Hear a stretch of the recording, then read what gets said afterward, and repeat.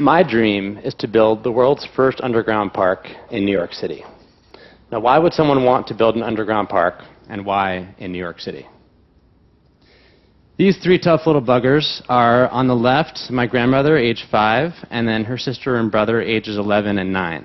This photo was taken just before they left from Italy to immigrate to the United States, just about a century ago. And like many immigrants at the time, they arrived on the Lower East Side in New York City, and they encountered a crazy melting pot. What was amazing about their generation was that they were not only building new lives in this new, unfamiliar area, but they were also literally building the city. I've always been fascinated by those decades and by that history, and I would often beg my grandmother to tell me as many stories as possible about the old New York. But she would often just shrug it off, tell me to eat more meatballs, more pasta, and so I very rarely got any of the history that I wanted to hear about. The New York City that I encountered felt pretty built up. I always knew as a kid that I wanted to make a difference and to somehow make the world more beautiful, more interesting, and more just. I just didn't really know how. At first I thought I wanted to go work abroad, so I took a job with UNICEF in Kenya. But it felt weird to me that I knew more about local Kenyan politics than the politics of my own hometown.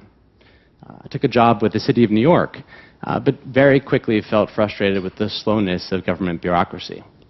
I even took a job at Google, where very fast I drank the Kool-Aid and believed almost wholeheartedly that technology could solve all social problems.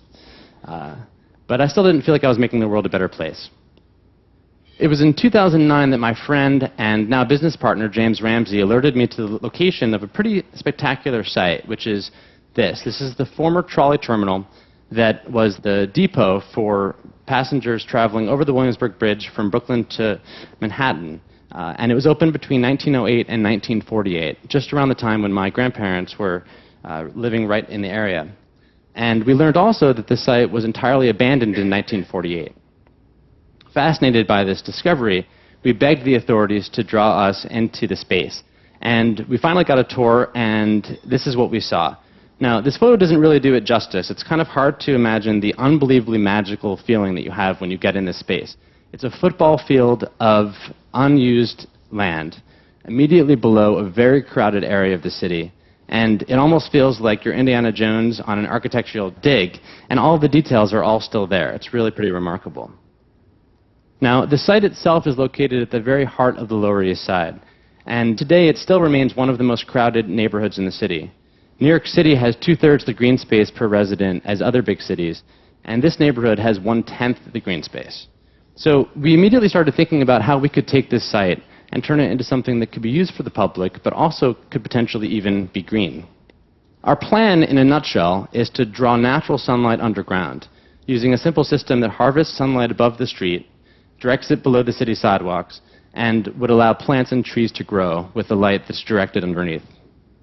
With this approach, you could take a site that looks like this today and transform it into something that looks like this.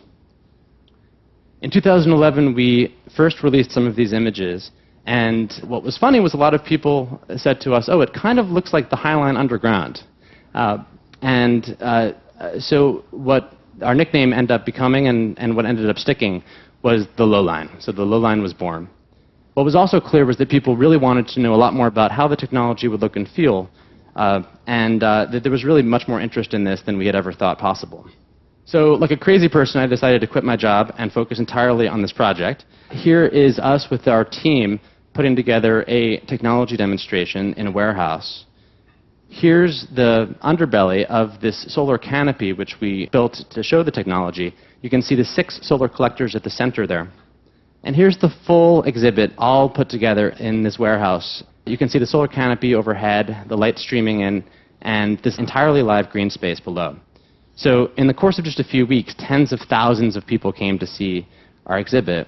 And since that time, we've grown our numbers of supporters both locally and among design enthusiasts all over the world.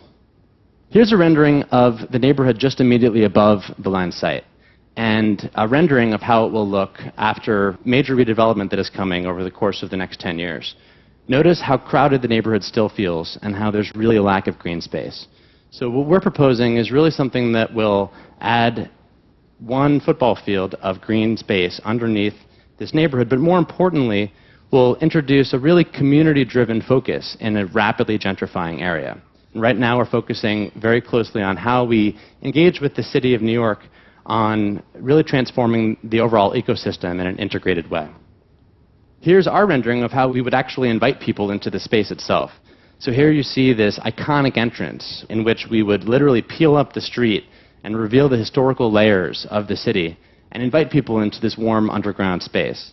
In the middle of winter, when it's absolutely freezing outside, the last place you'd want to go would be an outdoor space or outdoor park. The Lowline would really be a four-season space and a respite for the city. So I like to think that the Lowline actually brings my own family's story full circle. If my grandparents and my parents were really focused on building the city up and out, I think my generation is focused on reclaiming the spaces that we already have, rediscovering our shared history, and reimagining how we can make our communities more interesting, more beautiful, and more just. Thanks.